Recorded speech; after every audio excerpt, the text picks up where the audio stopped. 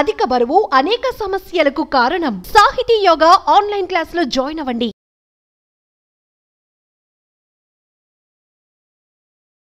Welcome to Suman TV. Vitamin tablets multivitamin కావచ్చు, లేదంటే ఏదైనా ఒక విటమిన్ డెఫిషియన్సీ వచ్చిందంటే కనుక ఆ సప్లిమెంట్ అనేది తీసుకుంటూ ఉంటారు. సో ఇవి ఎంతవరకు సేఫ్? విటమిన్ టాబ్లెట్స్ వాడడం మంచిదేనా? వివరాలు తెలుసుకుందాం. ఈరోజు మనతో పాటు ఉన్నారు ప్రముఖ యోగా గురు యోగిని అరుణాదేవి గారు. మేడం నమస్తే. నమస్తే మేడం, ఏదైనా ఒక డెఫిషియన్సీ వచ్చిందంటే సో దానికి సంబంధించిన విటమిన్స్ ఇలాంటి సప్లిమెంట్స్ అనేవి తీసుకుంటూ ఉంటాం. కానీ సింథటిక్ ఇవి వాడడం వల్ల చాలా రకాల అనారోగ్య సమస్యలు వస్తాయి. సో ఈ డెఫిషియన్సీ ఉందని వాడితే వచ్చే అనారోగ్య సమస్యలు వేరే అంటున్నారు. ఏం చెప్తారు దీని గురించి? మీరు చెప్పారు, ఇప్పుడు విటమిన్స్ లో మనకి దొరికే దాంట్లో రెండు ఉంటాయి. ఒకటి ప్లాంట్ బేస్డ్ మీద విటమిన్స్, అంటే ఫుడ్ ద్వారా వచ్చే విటమిన్స్ తయారు చేసే ఉంటాయి. సింథటిక్ బేస్డ్ చేసుకునే విటమిన్స్ ఉంటాయి. రెండు ఎప్పుడు ఉంటాయి మనకి. మన అదృష్టం ఏంటంటే ఇండియాలో రెండు దొరుకుతాయి. సింథటిక్ మెడిసిన్ దొరుకుతుంది, అలాగే ఈ ప్లాంట్ బేస్డ్ విటమిన్స్ కూడా మనకి దొరుకుతాయి. కానీ అదే మీరు యుఎస్ కానీ యూకే కానీ వీటిలో ఎక్కువ సింథటిక్ మెడిసిన్సే దొరుకుతాయి. చాలా మందికి తెలియని విషయం ఏంటంటే, ఇప్పుడు చాలా మంది అందరి పిల్లలు యుఎస్ బయట స్టేట్స్ లో సెటిల్ అయిన వాళ్ళు ఉన్నారు. వాళ్ళు విటమిన్స్ మంచిదని A to Z అని సెంట్రమ్ అని చెప్పేసి ఇట్లా కొన్ని కాల్షియం సప్లిమెంట్స్ అయితే అన్ని మల్టీ విటమిన్స్ డబ్బాలు పంపిస్తారు. అవును, ఎందుకంటే అక్కడ చాలా నార్మల్ అన్నమాట ఈ విటమిన్స్ వేసుకోవడం అనేది. ఒక ఏజ్ వచ్చిన కాడి నుంచి అన్నిటికీ మంచిదని A to Z అనేది ఉంటుంది ఒకటి, మనకి మల్టీ విటమిన్ టాబ్లెట్ లాగా. తర్వాత అలాగే ఈ సెంట్రమ్ కాల్షియం ఒకటి వేసుకుంటారు. అది వేసుకోవడం వల్ల అసలు ఎటువంటి ఉపయోగం లేదు. అంతే కాకుండా ఉపయోగం లేకపోతే లేదు, దానివల్ల సైడ్ ఎఫెక్ట్స్ ఎక్కువ ఉన్నాయి. ముఖ్యంగా ఈ కాల్షియం మెడిసిన్స్ సింథటిక్ బేస్డ్ మీద తయారయ్యే కాల్షియం ఏదైతే ఉందో, ఈ కాల్షియం ఇది ఎక్కడి నుంచి తయారవుతుంది? ఒక స్టోన్ నుంచి తయారవుతుంది. ఒక లైమ్ స్టోన్ అంటాం దాన్ని. దాంట్లో ఎక్కువ కాల్షియం కార్బోనేట్ ఎక్కువ ఉంటుంది. దాంట్లో అంటే రాళ్ల నుంచి ఆ కాల్షియం కార్బోనేట్ 90% అదే ఉంటుంది. మిగతా 10% మాత్రమే వేరే ఇంగ్రీడియంట్స్ ఉంటాయి. 90-95% ఈ కాల్షియం కార్బోనేటే ఉంటుంది. ఇది అది మనం ఎక్కడ ఎక్కువ వాడతామో తెలుసా మీకు? ఈ స్లాబ్ వేస్తాం చూడండి కన్స్ట్రక్షన్ కంపెనీలో. ఈ స్లాబ్స్ వేసేటప్పుడు అందులో ఆ స్టోన్ వాడతాం. ఆ మెటల్ స్టోన్స్ తీసుకొచ్చి అది దానికి ఉంటది కదా, దానికి ఇంగ్రీడియంట్స్ ఏమేమి కలపాలి, స్లాబ్ వేసేటప్పుడు ఆ మిషన్ వచ్చి కలిపి తర్వాత వేస్తుంది. ఎందుకు? గట్టిగా ఉంటుంది అని. స్లాబ్ ఎంత గట్టిగా ఉంటే అంత మంచిది అని. అలాంటి కాల్షియం కార్బోనేట్, అలాంటి లైమ్ స్టోన్ స్టోన్ లో ఇంచి తీసిందే ఈ సింథటిక్ కాల్షియం. సో చూడండి మనం ఏం తీసుకుంటున్నాం.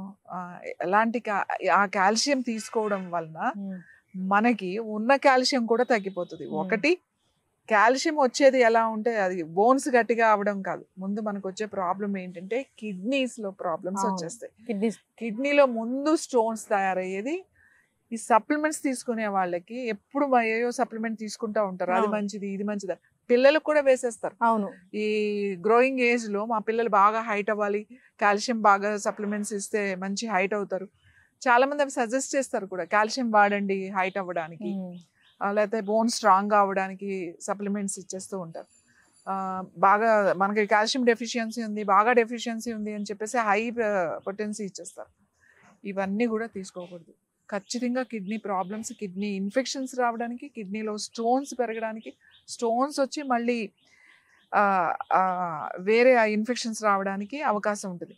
మీరు చాలా రీసెర్చ్లో ఇక్కడ ఆ స్టోన్స్ ఏవైతే రిమూవ్ చేసిన స్టోన్స్ ఉంటాయి కదా, పెద్ద పెద్ద స్టోన్స్, అసలు ఈ స్టోన్స్ ఎలా తయారైనవి అనేది కనుక చూస్తే అది మొత్తం ఈ కాల్షియం కార్బోనేట్తోనే ఉంటుంది. మన బాడీలో సహజంగా స్టోన్స్ ఫామ్ అయ్యే అవకాశం ఉంటుంది. దాంట్లో మనం రీసెర్చ్ చేసినప్పుడు దానికి దీనికి ఏంటి డిఫరెన్స్, ఎందుకు అసలు ఈ కొత్తది ఎక్కడి నుంచి వచ్చింది మన బాడీలోకి అని చూస్తే ఈ సప్లిమెంట్ వలన ఇవి వస్తున్నాయి అనేది. అసలు ఈ పదార్థం మన బాడీలోకి ఎలా ఎంటర్ అయింది? కాంక్రీట్. అవును, మనం మామూలుగా చెప్పాలంటే ఒక కాంక్రీట్, అది మన స్లాబ్స్ కి కాంక్రీట్ మన బాడీలోకి ఎలా వచ్చింది అని అంటే ఈ సప్లిమెంట్, ఈ కెమికల్ ఇది మాట. కాబట్టి మీరు కొనుక్కునేటప్పుడు సప్లిమెంట్ దాని మీద చదవండి, ఏమి ఇంగ్రీడియంట్స్ ఉంటాయి. ఇది మనకు చదవడం రాకపోతే ఏదైనా వచ్చిన వాడికి ఏం రాస్తున్నాయో అని అడగాలి. మేడం, డాక్టర్స్ ప్రిస్క్రైబ్ చేసేవే కదా ఇవి? డాక్టర్స్ చాలా మంది ప్రిస్క్రైబ్ చేస్తారు, కానీ చాలా మంది డాక్టర్స్ మంచి సప్లిమెంట్స్ వాళ్ళు చెప్తారు, ఈ సప్లిమెంట్స్ వాడండి అని. కానీ ఎక్కువ ఇప్పుడు మీకు తెలుసు కదా ఫార్మా గురించి, ఆల్ మల్టీవిటమిన్స్, కాల్షియం అనే కాదు, మీరు మల్టీవిటమిన్స్ టాబ్లెట్స్ లో కూడా అంతే, అన్ని ఆర్టిఫిషియల్ సింథటిక్ వేసుకుంటాం. అందుకే అవి వేసుకున్నప్పుడు బాగుంటుంది, అవి ఆపేసినప్పుడు మళ్ళీ డెఫిషియన్సీ వచ్చేస్తుంది. ఇప్పుడు ఐరన్కి వేసుకుంటున్నాం మనం, ఐరన్కి వేసుకునే టాబ్లెట్స్ లో ఈ సింథటిక్ సప్లిమెంట్స్ లో మీకు కాన్స్టిపేషన్ వచ్చేస్తుంది, విపరీతమైన కాన్స్టిపేషన్ వస్తుంది, పైల్స్ ఫిషర్స్ కూడా వచ్చేస్తాయి. ఈ కాన్స్టిపేషన్ వచ్చినప్పుడు ఎక్కువ ప్రెషర్ ఇస్తారు కదా, ముక్కుతారు కదా. ఎందుకు ముక్కుతారు అంటే ఈ మలం ఉంది కదా, ఈ స్టూల్ ఏమైతుంది అంటే గట్టిగా అయిపోతుంది. ఎంత గట్టిగా చేసేస్తుంది అని అంటే ఒక రాళ్ళు లాగా చేసేస్తుంది అనమాట. అది మనం ఫోర్స్ చేస్తేనే కానీ అది బయటికి రాదు. అంత ఫోర్స్ చేసినప్పుడు అది గట్టిగా అయిపోయింది కదా, ఆ రెక్టమ్ వాల్స్ ని చీరుకుని బయటకు వస్తుంది. అలా చీరుకుని బ్లడ్ పడడం, తర్వాత అది ఫిషర్స్ గా మారడం, తర్వాత పైల్స్ రావడం, ఈ చాలా ప్రాబ్లమ్స్ వస్తాయి. డెఫిషియన్సీ ఉంటే సప్లిమెంట్ వాడాలి, కానీ మనకి మంచి సప్లిమెంట్స్ కూడా ఉన్నాయి. ఆయుర్వేదాలో ఉన్నాయి మంచి సప్లిమెంట్స్, హోమియోపతిలో మంచి కాల్షియం సప్లిమెంట్స్ ఉన్నాయి, ఐరన్ సప్లిమెంట్స్ ఉన్నాయి, సిరప్స్ ఉన్నాయి, చాలా ఉన్నాయి మనకి అందుబాటులో ఉన్నాయి. కాబట్టి మీరు అది తీసుకునేటప్పుడు మాకు సింథటిక్ బేస్డ్ సప్లిమెంట్ మాకు వద్దు అని ముందు పేషెంట్స్ చెప్పాలి. ఇంక మనం మాకు ప్లాంట్ బేస్డ్ లేదా ఫుడ్ నుంచి వచ్చే ఏమైతే సప్లిమెంట్స్ ఉన్నాయో అవే వాడదాం. మనకి ఇవాళ వేసేసుకుంటే రేపటికి ఏం వచ్చే అక్కలేదు కదా, రోజు వాడితే ఒక 40 రోజులు వాడితే రిజల్ట్ వస్తుంది. గ్రాడ్యువల్గా మనకి పెరగాలి. సో ఏ కేసెస్లో ఇవి వాడాల్సి వస్తుంది? ఎమర్జెన్సీ కేసు అంటే చూడండి, సడన్ గా మనకి బ్లడ్ డౌన్ అయిపోతుంది, కొంతమందికి 5-4లోకి వెళ్ళిపోయింది అనుకోండి, అప్పుడు అడ్మిట్ చేసేయాలి హాస్పిటల్లో. ఇమీడియట్ గా మనకి ఇంప్రూవ్ కావడానికి ఒక 2 ఇంజెక్షన్స్ తీసుకోవాల్సింది. తర్వాత నువ్వు మళ్ళీ అవే తీసుకోకూడదు.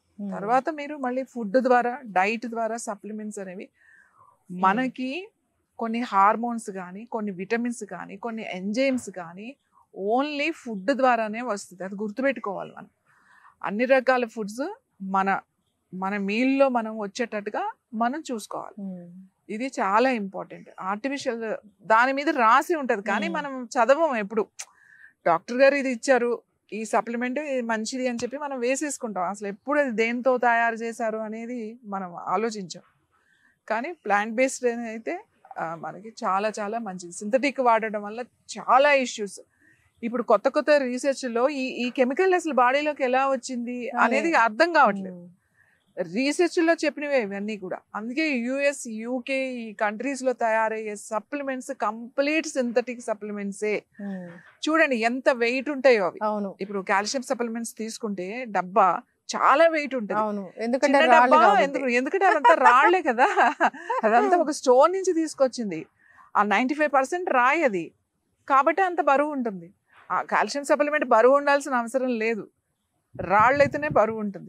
కాబట్టి కొంచెం మనకు అవగాహన మనకు ఉంటే సప్లిమెంట్స్ వేసుకోవచ్చు. డెఫిషియన్సీ ఉన్నప్పుడే సప్లిమెంట్ వేసుకోవాలి తప్ప ఇది మంచిది అని చెప్పి సప్లిమెంట్స్ ఎప్పుడూ వేసుకోకూడదు.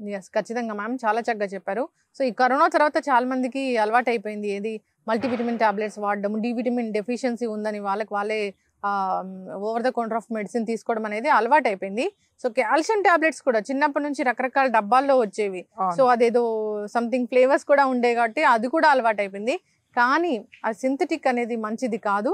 సో ప్లాంట్ బేస్డ్ అండ్ మనకు న్యాచురల్గా దొరికేవి ఆయుర్వేద పరంగా ఉన్నవి వాడుకోవాలని కోరుకున్నాము.